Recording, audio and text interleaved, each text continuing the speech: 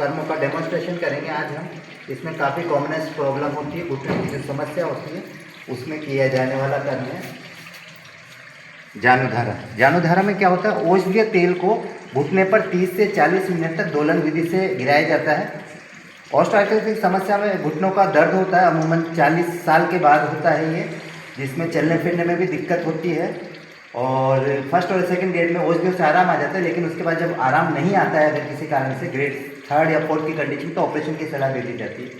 और काफ़ी प्रभावी कर्म है। हमने 2700 से ज़्यादा के डॉक्यूमेंट है हमारे पास इस तरह के, जिनको ऑपरेशन की सलाह दे दी गई थी घुटनों के दर्द के कारण ऑस्टियोआर्थराइटिस 3rd या 4th ग्रेड की कंडीशन में।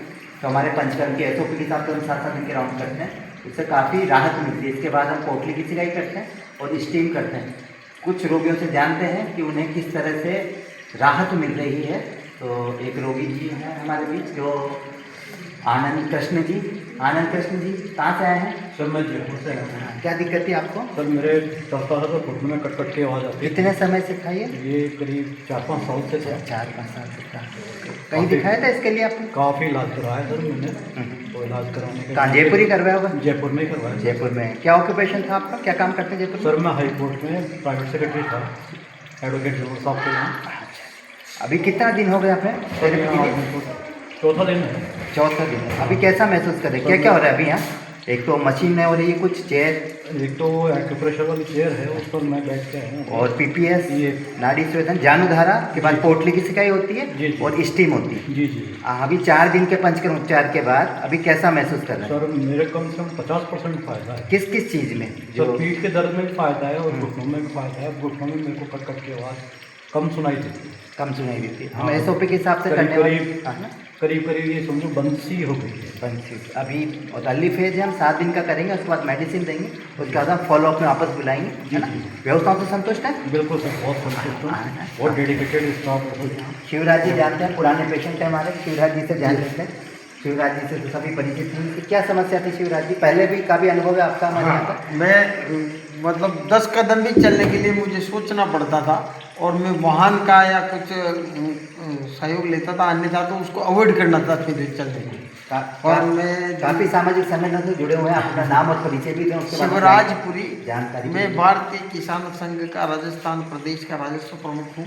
किसानों के क्षेत्र में मेरा आना जाना रहता है, और मैं राजकीय सेवा से सेवानिवृत्त हूँ, इसलिए सरकारी लोगों से भी मेरा बहुत आत्मीय संबंध रहते हैं। अभी भी मेरा क्या समस्याएं थी जो पहले आए थे और अभी आए थे, दोनों का बताएं थोड़ा सा।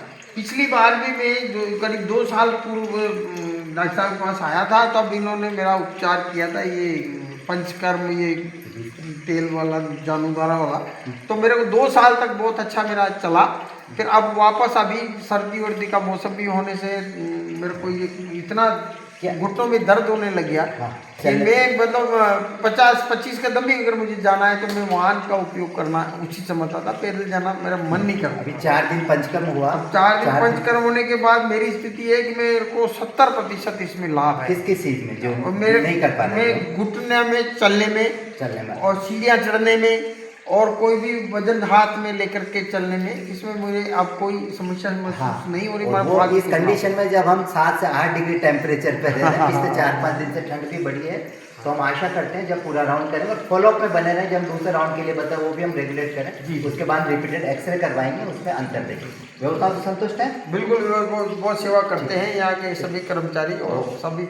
और वो उसमें एक्सरसाइज वो मशीन पर भी हमारा जो नवाचार था, अत्याधुनिक मशीन, वो भी काफ़ी, वो भी मैं किया, विधायक कोर्स से जो हमें मिली थी उससे भी उसका भी उपयोग किया, और बहुत लोग हैं। क्या समस्या थी आपको?